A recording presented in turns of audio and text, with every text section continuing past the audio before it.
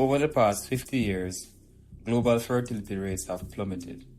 In the year 2000, the world average was about 2.6 births per woman. Today, just over 2.3, and in dozens of countries, well below the replacement level of 2.1. Why? There are many answers. Economic insecurity for one, urbanization, and even delay in marriage. But the deeper we dig, the more we find ourselves in the middle of an ideological war. On one side, feminism champions this decline as a symptom of freedom, and on the other hand, conservative thinkers warn that our civilization is digging its own grave.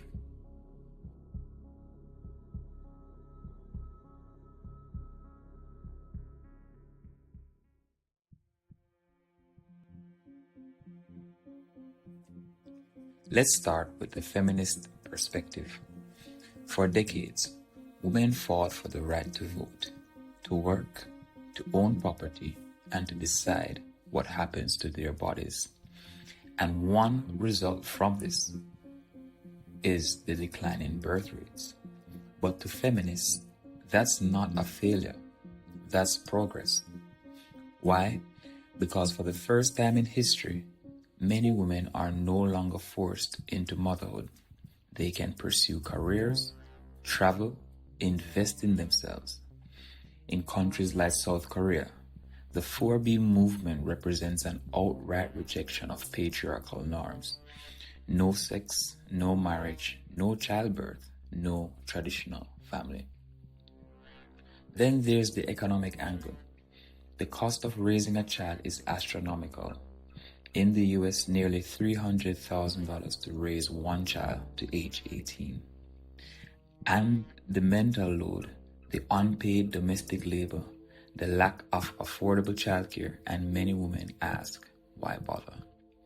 The child-free movement isn't just a trend, it's a philosophy, a lifestyle, a declaration that fulfillment doesn't have to include a stroller or a crib.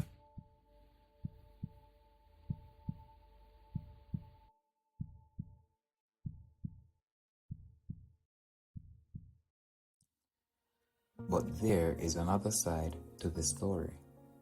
For many conservatives, the decline in birth rates signals societal decay.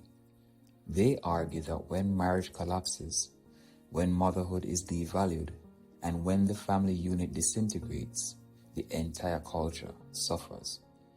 Take Hungary, for example. In 2013, it launched major pro-natalist policies, offering tax breaks, free IVF, and even cash bonuses to women with multiple children. The goal?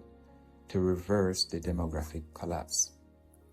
China has gone from a one-child policy to encouraging 3. Why the U-turn? Because too few children means too few workers, too many retirees, and ultimately a shrinking economy. These thinkers warn that a society too focused on individualism and careerism may wake up one day with no next generation to carry the torch. And they point fingers, not just at economics, but at feminism itself, accusing it of prioritizing independence at the expense of interdependence.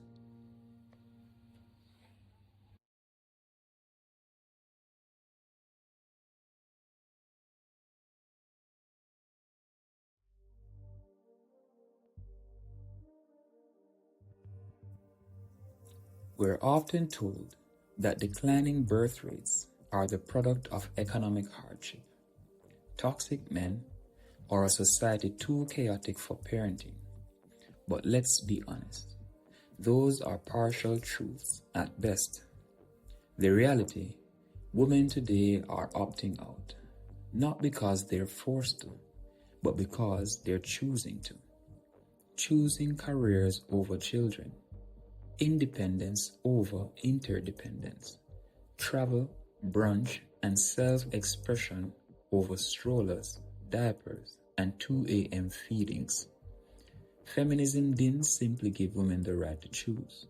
It told them what to choose. And motherhood didn't make the cut. And while it's easy to blame male disengagement, we need to be honest. Feminism didn't respond to men checking out. It helped create the culture that made disengagement normal. When strong men are framed as toxic, when commitment is mocked as oppression, when the home is rebranded as a prison, what exactly are we expecting? Low birth rate isn't a complex mystery of modernity. It's the fruit of ideology. And if we want to fix the future, we need to start with the truth, however uncomfortable it might be.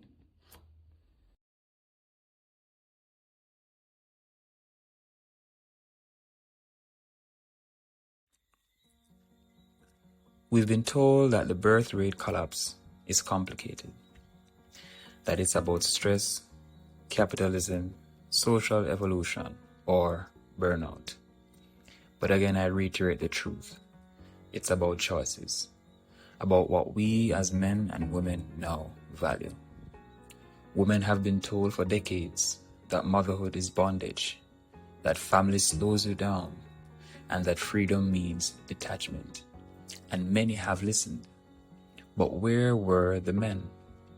While women chased careers and curated their independence, men quietly abandoned their posts as protectors, as providers, as fathers.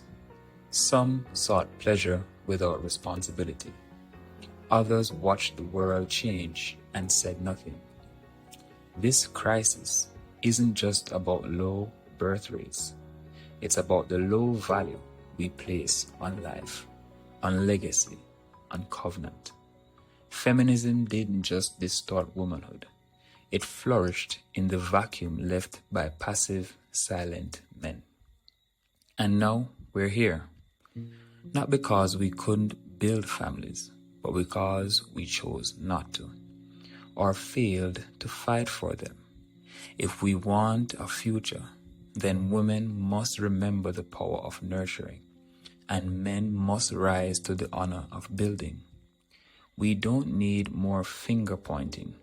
We need more homes, more fathers, more mothers, and more truth. Because the society that mocks family mocks God. And the one that forgets how to raise children will raise nothing at all. The future doesn't just depend on policy. It depends on repentance and a generation courageous enough to turn back toward life.